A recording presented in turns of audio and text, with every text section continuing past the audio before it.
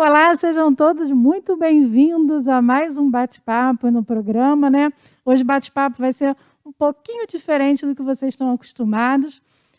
Eu estou recebendo aqui com muito prazer, com uma honra enorme, uma pessoa que eu já conheci agora pessoalmente, né? Mas já acompanho o trabalho dele há mais de 2 décadas, já tem aí mais de 50 anos de carreira pública, né? E hoje veio aqui bater um papo com a gente. A gente vai falar com o deputado Luiz Paulo. Na verdade, hoje a gente vai conversar um pouquinho com Luiz Paulo Correia, né? Deputado, muito prazer em te receber aqui. O prazer é todo meu. Estamos fazendo aqui uma vistoria na RJ 130, popular Teresópolis, Friburgo, né? E com muita satisfação que estamos vindo aqui conversar um pouquinho sobre esses momentos, né, que nós estamos vivendo. Verdade, né? Mas antes da gente entrar nesse assunto, vamos conhecer um pouquinho, né, do Luiz Paulo Correia, um funcionário público aí dedicado há mais de meia década, né? Como é que começou, então, a sua vida pública? Olha, quando estávamos ainda na década de 60, eu me formei em técnico de estradas, lá na Escola Técnica Nacional, que era o nome, né? Ali no Maracanã, do lado do estádio do Maracanã. Hoje chama-se Escola Técnica Celso Socorro da Fonseca. E saí de lá em 1964. E em 1965 fui trabalhar no Departamento de Estradas e Rodagem da Guanabara, na gestão do governador Carlos Frederico Werneck de Lacerda. E fiquei lá um bom tempo como técnico de estradas.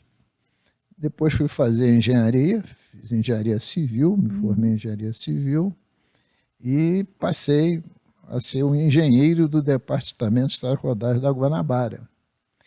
Em 15 de março de 1975, foi feita a fusão do antigo estado da Guanabara com o estado do Rio de Janeiro.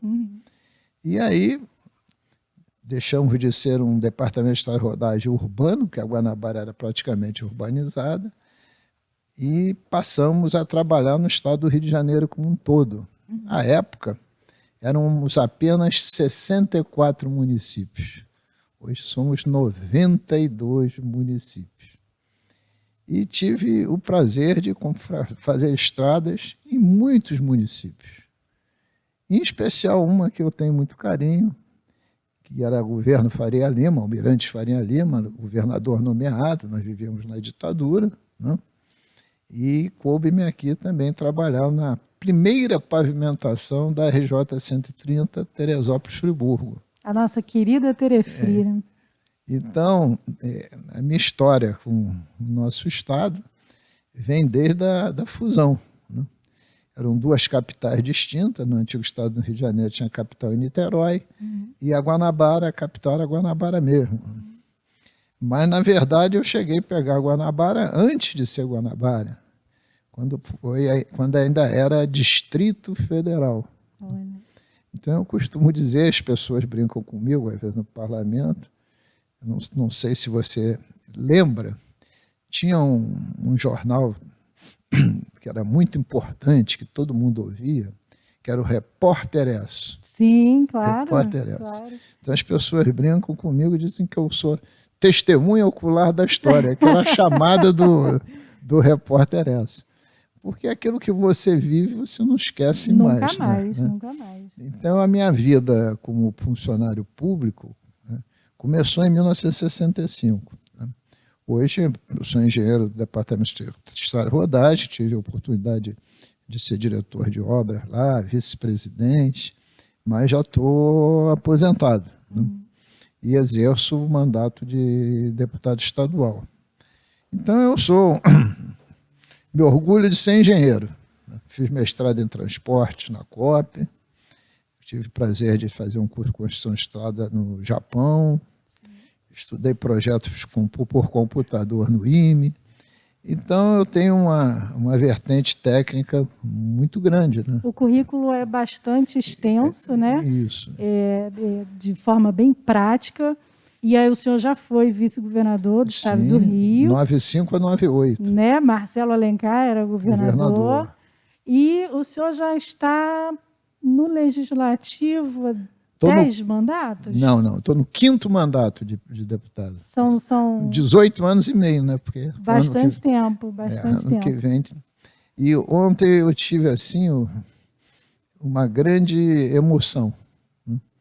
Porque ontem foi o último dia de trabalho no Palácio Tiradentes. Último dia?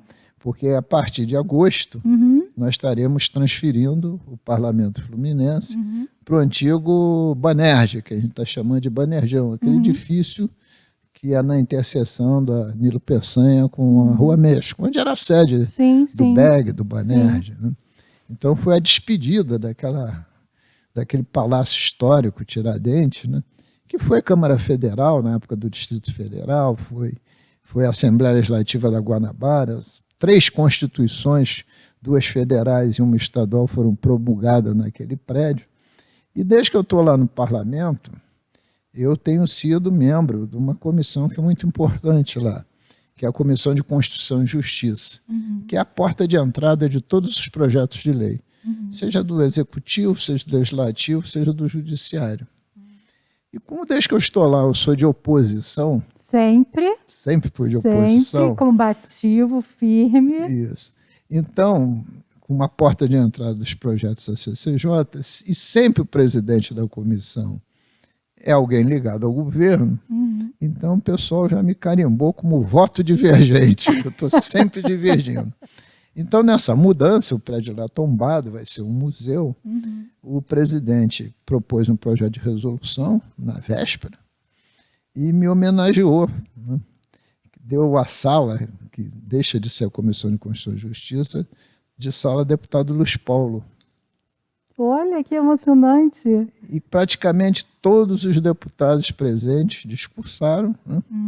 E elogiaram a minha atuação como parlamentar, não só pela comissão, por outras questões, sempre me chamando de professor, né?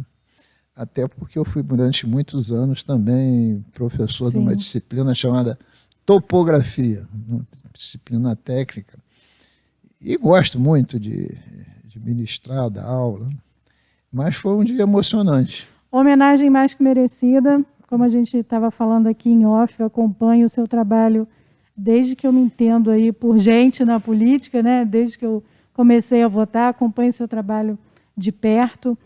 O senhor sempre foi muito combativo, muito incisivo nas questões e sempre muito respeitado, né? Isso a gente conseguia notar através das sessões que a gente acompanhava.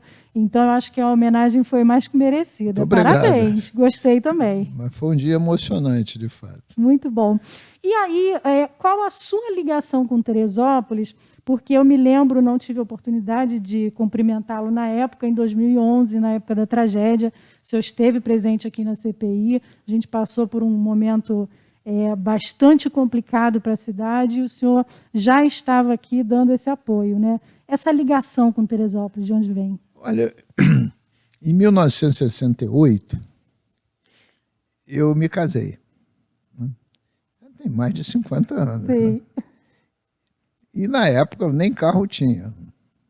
Me casei, consegui uma carona, alguém que me trouxesse aqui depois do casamento até Teresópolis. E aí tinha uma Kombi. O pessoal ainda conhece Kombi, né? Sim, ainda tem. Uma Kombi que me levou para me passar minha lua de mel no Hotel Chamonix, aqui na Teresópolis, Friburgo. Você veja, 68, não podia imaginar que em 75, 77 eu fosse também trabalhar na pavimentação da mesma, né? Então, a partir daí passou-se a ter uma ligação que os acontecimentos da minha vida me levaram muitas vezes aqui, né? Teve também a questão da tragédia da Serrana, que foi muito séria. Sim. Tive a oportunidade de homenagear o Clube Comari, né, dando título a eles pelo aniversário, e vim a alguns eventos aqui também no Comari, né? Então passou a ter essa ligação muito próxima. Eu tenho uma secretária, Ana Lúcia Carregal, família Carregal, que a mãe mora aqui, Sim, o irmão... a família daqui. Família daqui. Então, passei a ter uma ligação mais próxima, né? Porque você, como político, é impossível você acessar os 92 municípios. Sim, né? sim. Então, você tem que ter alguns poucos que você elege pela sua proximidade. Né? E na nossa região serrana, os 2 municípios que eu mais me liguei foi Teresópolis e Petrópolis. Também porque estão bastante próximos, né, à cidade do Rio de Janeiro. Né? E porque eu gosto muito mais de serra do que de praia. É mesmo? Sendo carioca? Eu sou apaixonado por árvores. E vim na serra, como está vendo hoje, com os manacás florindos, né? Com os nossos ipês, que para mim devia ser a árvore símbolo do nosso país, né? Principalmente o ipê amarelo. Né? Então me dá muito prazer. Né? Que bom, né? Essa minha ligação. Eu gosto do frio, né? E apesar de ser um carioca. Pois é, um carioca, mas enfim, né? Agora, já que a gente tocou no assunto da RJ 130, né? O senhor esteve lá visitando, a gente fica com muita pena de ver um circuito Terefri, que é um circuito turístico, né? E que está assim praticamente abandonado, perigosíssimo, vários acidentes acontecendo a todo momento, né? A RJ 130, ela está com... Eu acabei de vistoriar, né? Sim. Ela está com 2 tipos de problema. Né? Primeiro, o pavimento já dá gasto, né? Muita carga pesada. Último grande obra da RJ 130 foi em 1998, aproximadamente. Já tem 23, 24 anos. Né? A vida útil desse pavimento acabou. Então, ela precisa de um recapeamento global. E todo o eixo rodoviário importante, né, principalmente ligado a 2 cidades importantes, Teresópolis e Friburgo, a gente chama de eixo de conurbação, quer dizer, chama os investimentos, as moradias, o comércio para as margens da rodovia. Sim. E aí começa uma grande geração de acidentes, né, pelas viradas à esquerda, pelas dobradas às direitas, né, e pelos estacionamentos que se fazem no acostamento, pelo excesso de velocidade. Né? Então, tem que se ter uma concepção dessa rodovia em determinados trechos, como fosse concepção de logrador público, de rua, né? E não mais de estrada. Tem que ter velocidades limitadas, tem que ter controle de velocidade. E em diversos trechos, eu vi ali particularmente 3 trechos cheios de acidentes. Sim. No quilômetro 4, mais ou menos no quilômetro 30, que esse talvez seja o mais sério, e o outro na divisa, né, de Teresópolis com Friburgo, é no quilômetro 40, né, porque os ônibus chegam lá e depois tem que voltar, os ônibus municipais. Né, e não tem empate, não tem manobra, então tem acidente, tem atropelamento. Então, isso precisa ser revisto. O governador vai estar aqui no dia 6 e dizem, né, eu não sei ainda, né, mas o que corre na Assembleia, que ele anunciará essa obra de recapeamento. Né. Eu não sou da base do governo, né, eu nunca minto na minha vida, eu sou um deputado de oposição, mas eu vou marcar lá uma reunião com o presidente do DR, até porque é a minha casa lá, né? Sim, sim, com certeza. No sentido de levar todos esses problemas para ele, né? Porque se o governador vai definir mesmo o recapeamento, é necessário que resolva também essas questões locais de muitos acidentes, porque quando você faz o recapeamento, você sinaliza, você faz o quê? Vai aumentar a velocidade. Sim, verdade. Então, você precisa ter um tratamento urbano para esses pontos que eu falei e outros que seguramente tem que serem revistos, que eu não verifiquei. Urgente. Né? Então, eu acho que é importante fazer esse trabalho, porque eu o meu olhar é um olhar técnico. Muito eu técnico, sou desse ramo. sim. Né? Então, é fácil para mim fazer o diagnóstico e também propor soluções baratas, né? Porque soluções mirabolantes não adianta propor, que não se tem dinheiro para fazer. Né? Não vai sair do papel, né? Bacana. Vamos falar um pouquinho da questão, a gente tem visto aí a tecnologia avançando com uma rapidez imensa, né? Agora, nesse momento pandêmico, a gente teve aí uma correria, né, por essa tecnologia, e fala-se muito do 5G, né? A chegada desse 5G, como é que está essa história? Você pode explicar para a gente primeiro o que é o 5G, né? A tecnologia 5G é a tecnologia mais avançada que nós temos hoje, né? Na tecnologia de TI, de tecnologia de informação. Né? Tecnologia 5G é uma tecnologia que dá grande velocidade, né, a essa informação que todo mundo chama de internet. Né? Uma velocidade tão forte, né, que ela é propulsora hoje da mola industrial e das comunicações como um todo. Né? E veja você pega uma cidade como o Rio de Janeiro e uma cidade como Teresópolis, cheia de comunidade carente, muitas delas dominadas pelo narcotráfico. Lá na cidade do Rio de Janeiro, algumas dominadas pelo narco, outras dominadas pela milícia. Sim. E outras pelos dois juntos. Olha, as pessoas que moram lá, elas precisam empreender. Mas para empreender, elas precisam aprender. E para empreender, elas precisam saber também vender. Mas em áreas controladas, vão abrir lojinhas sem ter dinheiro, vão pagar pedágio para a milícia ou para o narco. Né? E a tecnologia as liberta, porque elas podem aprender, né, com acesso tecnológico, com acesso ao mundo da internet, tecnologia de informação que dá acesso exatamente à informação, porque o que viaja não são as pessoas, o que viaja é a informação, e ao mesmo tempo podem vender pela internet sem loja física. A pandemia mostrou que o que mais cresceu foi o comércio pela internet. Então, estou dando assim, um produto importantíssimo. E quem não tiver essa tecnologia não se desenvolve. Né? Tanto é que está previsto o edital, a licitação ser agora no segundo semestre, quem faz a licitação é a União, é claro, né? E a grande luta é entre que países? Estados Unidos e China. Né? Você tem visto aí, né, a guerra que tem sido...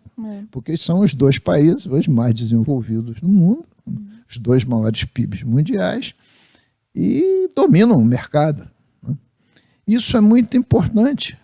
Aqui para Teresópolis, aqui é um polo tecnológico, além de um polo turístico, é um polo tecnológico também. Então, isso passa a ser gerador de empregos e rendas muito importante. E para o campo também, para o interior. Porque, veja você, lá na cidade do Rio de Janeiro, a gente ficou durante meses trabalhando no parlamento de forma remota. Você está com o plenário remotamente reunido. Está na hora de você votar. O sistema cai? Sim. Como é que fica? Foi teu voto para o espaço. Né? Você está discursando, aí trava, fica aquela voz arrastada, ninguém ouve, ninguém entende. Então a tecnologia 5G vai permitir isso tudo. E o que nós fizemos? Para ter tecnologia, precisa ter os reprodutores de sinais. Né? Algumas torres, mas os reprodutores urbanos e rurais, que hoje são pequenos aparelhos, que pode estar nas bancas dos jornais, pode estar nos postes, né? Mas isso precisa ter permissão de cada município. Então a gente fez uma lei, que hoje é lei, com um programa que disponibiliza a forma de você se preparar as cidades para a chegada da tecnologia 5G. E como anexo, é um projeto de lei para as câmaras municipais apreciarem, claro, desejando. O prefeito encaminhando, ou um vereador propondo. O prefeito daqui teve recentemente comigo e o Nilton Salomão, e eu passei esse material para ele. Porque quanto mais rápido você tiver a legislação, mais rápido você vai se licenciar essas questões e sair na frente, porque é uma corrida. E nós temos 92 municípios. E isso não vai acontecer só aqui, não. Isso vai acontecer no Brasil inteiro. Essa lei já começa a ser reproduzida em outras unidades da federação. Eu não construí esse projeto sozinho, porque eu sou engenheiro civil, minha especialidade é transportes, né? Isso aí é tecnologia sofisticada, né? Então, eu tive auxílio da Anatel, da Brintel, isso foi feito a muitas mãos, para ser uma coisa muito técnica, muito bem feita, e começou a dar resultado. O município de Campos já aprovou, o município do Rio de Janeiro já está elaborando o projeto, Teresópolis aqui seguramente é um caminho sem vai volta, tocar. né? Não tem para onde correr. Eu volto a dizer, a pandemia nos ensinou. Sim, muito. E, olha só, eu confesso a você, eu sou muito dedicado ao trabalho, mas eu jamais trabalhei tanto quando nós começamos a operar de forma remota. Porque você começa de manhã e não tem hora para acabar. Você faz live, você faz podcast, você faz reunião de comissão remota, você tem plenário remoto, e você é demandado sem parar. Sim. Sem parar. Então, isso mostrou que a gente entrou numa outra era. Uma outra era. E se a gente entrou numa outra era, tem que estar preparado para isso. E a gente tem que acelerar esse processo Exatamente. também, né? Até em função da gente conseguir ser mais produtivo, né? E aí envolve um monte de questões para os municípios. Muito bom. Então, esse é um dos caminhos que a gente tem trabalhado, né? A gente não pode ficar só nas histórias do passado, né? A gente tem que estar no presente e olhar o futuro, né? Jamais, jamais. Deputado, eu queria muito agradecer sua presença aqui, a sua presença em Teresópolis, né? Teresópolis tem muito a agradecer também pelo seu trabalho, não só no estado do Rio de Janeiro, mas pertinho aqui da gente, né? Com certeza, a RJ 130 estará bem encaminhada, né? Com o seu pulso firme, o seu olhar técnico, a gente consegue dar jeito naquilo ali. Sem dúvida. E, para mim, é um motivo de satisfação você estar me recebendo e eu ter começado o dia aqui às 9h30 da manhã correndo a RJ 130. Com esse sol lindo, né? As um árvores frio gostoso, maravilhosas. Né? E eu fui recebido pelos ipês, pelos manacais. Que estão lindos, né? Todos floridos nesse dia maravilhoso. Estou muito satisfeito. Que bom. Volte mais vezes. Muito obrigado. Sempre que quiser, sempre que precisar, as portas do TV Diário estarão abertas e eu prontamente estarei aqui para recebê-lo. Com muito prazer. E sempre que eu vier aqui na Granja Comari, no nosso clube, com o Pedro Rogá, que está aqui comigo, eu vou pedir para me trazer aqui, porque o Salomão me traz com certeza. Com certeza. Ai dele que não, né? Muito prazer recebê-lo. Satisfação enorme. Obrigado. Obrigado. Bom trabalho. Valeu. É isso aí, gente. Está aí, ó, não só o deputado Luiz Paulo, né, mas um pouquinho do Luiz Paulo Correia. Está aí o site dele para quem ainda não conhece, ficar por dentro de tudo que ele já fez, não só pelo estado do Rio de Janeiro, mas pelo município também. Espero que vocês tenham gostado do bate-papo de hoje. Vou ficando por aqui, deixando um super beijo para você. Lembrando, não deixe de nos seguir nas nossas redes sociais, Facebook, Instagram e o nosso canal do YouTube, onde você encontra toda a programação da Diário TV. Um beijo e até a próxima.